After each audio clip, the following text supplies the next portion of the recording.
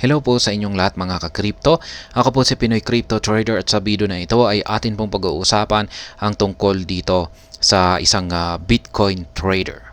Yan, kung saan ay naglabas po ng pahayag na siya po ay bullish pagdating kay XRP dahil sa kanyang mga nakita dito sa kanyang ginagamit na indicator na tinatawag pong Bollinger Bands. Kaya yan, meron po siyang nakita rito na isang nalalapit na magaganap na isang breakout.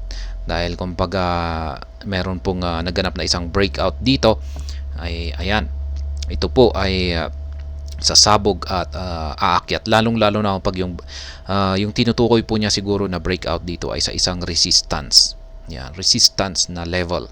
At kung nagkaroon ng breakout dyan, ay yan, sasabog po at magpapatuloy po ito sa kanyang pag-akyat.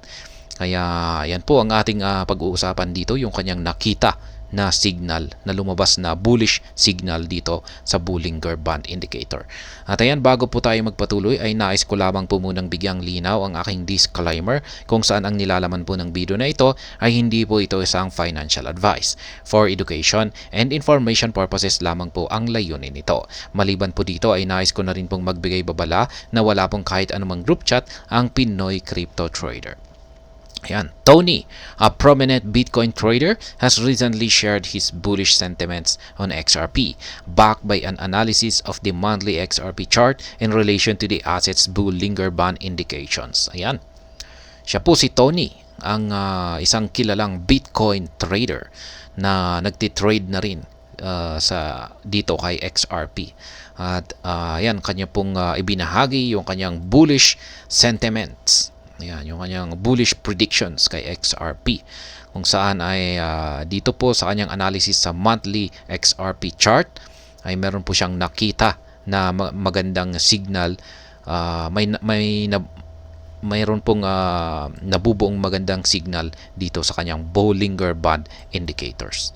Kaya yan, the analyst highlighted these signals in a recent X post, noting that he finds it difficult to not be bullish on XRP. One reason for his sentiment is the Bollinger Bands widths. Ayan, nakita raw niya.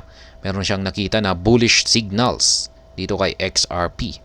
At sabi niya rito ay mukhang nahihirapan daw siya na maging bullish kay XRP dahil sa kanyang mga nakitang signals na ito.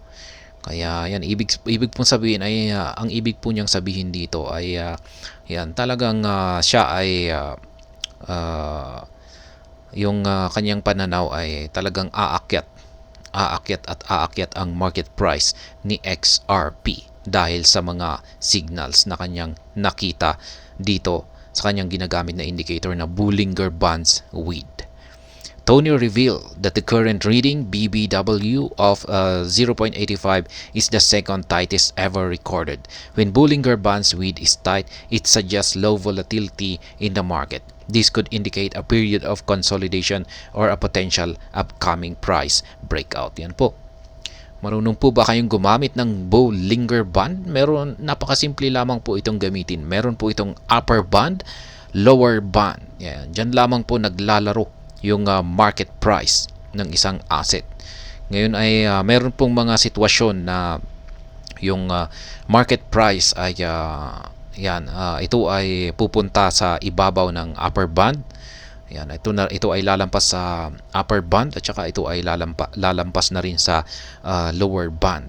At diyan po lumalabas yung mga signal kung ito ay bullish or bearish. At ngayon ay yung kalagayan ng Bollinger Band ayon dito ay ito ay nasa second tightest, ayan, or masikip yung band na ito, or masikip yung kung saan naglalaro ang market price ni XRP. Kaya ito ay nagpapakita na mayroon itong low volatility. Kaya maliban dito ay nagpapakita na rin ito ng consolidation period. Pero ang inaabangan dito ay sa kahit anumang oras ay magkakaroon ito ng potential na breakout. Yan, lalong-lalo na kung pag humahaba na masikip yung katawan ng Bollinger Band.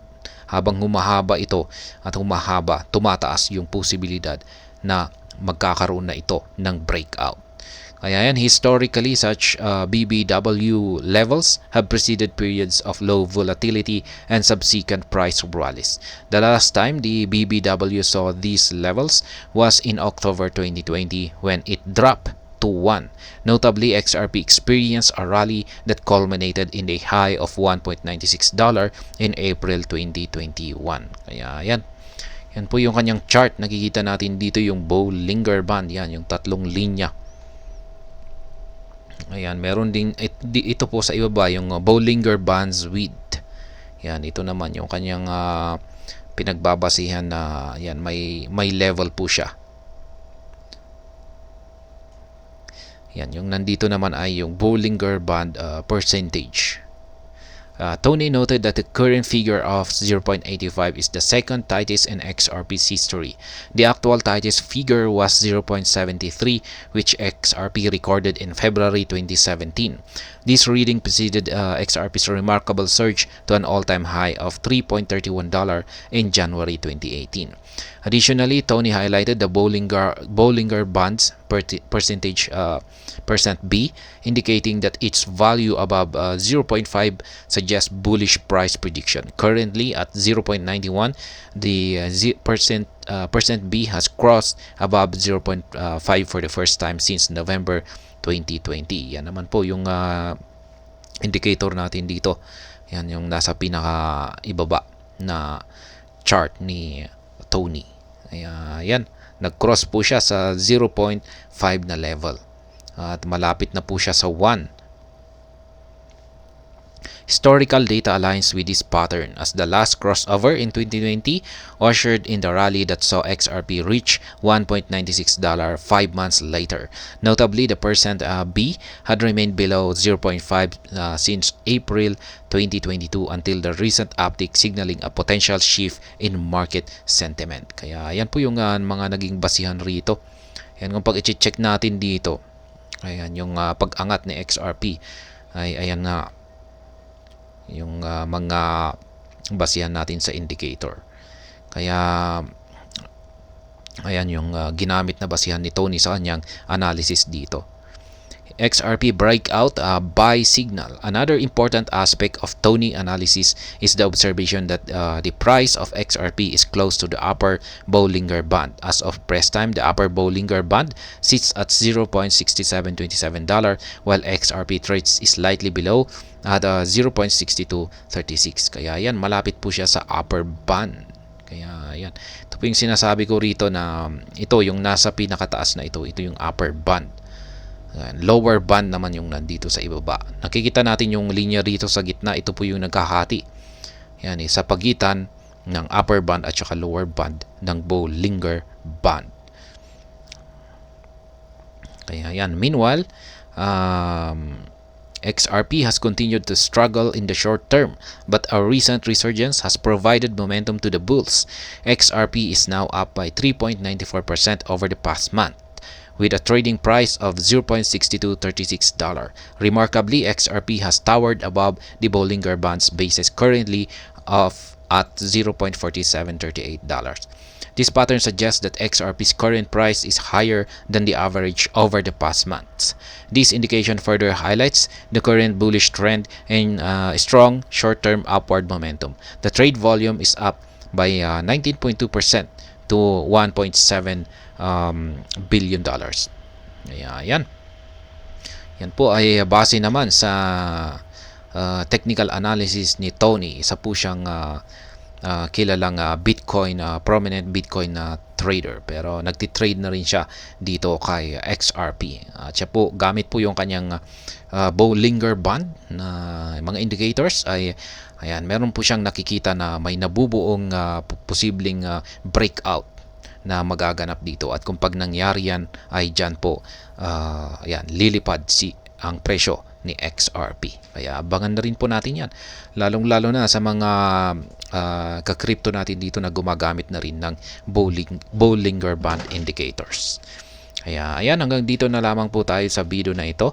Sana po ay inyong nagustuhan ang aking paliwanag dito. Kung inyo po itong nagustuhan, pakiclick lamang po ang like button nito. Para naman po sa mga bago lamang dito, kayo po ay aking inaanyayahan para mag-subscribe. Pakiclick na rin po ang bell icon nito dahil ito po ang siyang magsisilbing notification nito sa mga bago kong videos na akin pong ina-upload sa aking YouTube channel na ito. Marami pong salamat sa panonood, ingat po tayo lagi at God bless po sa ating lahat.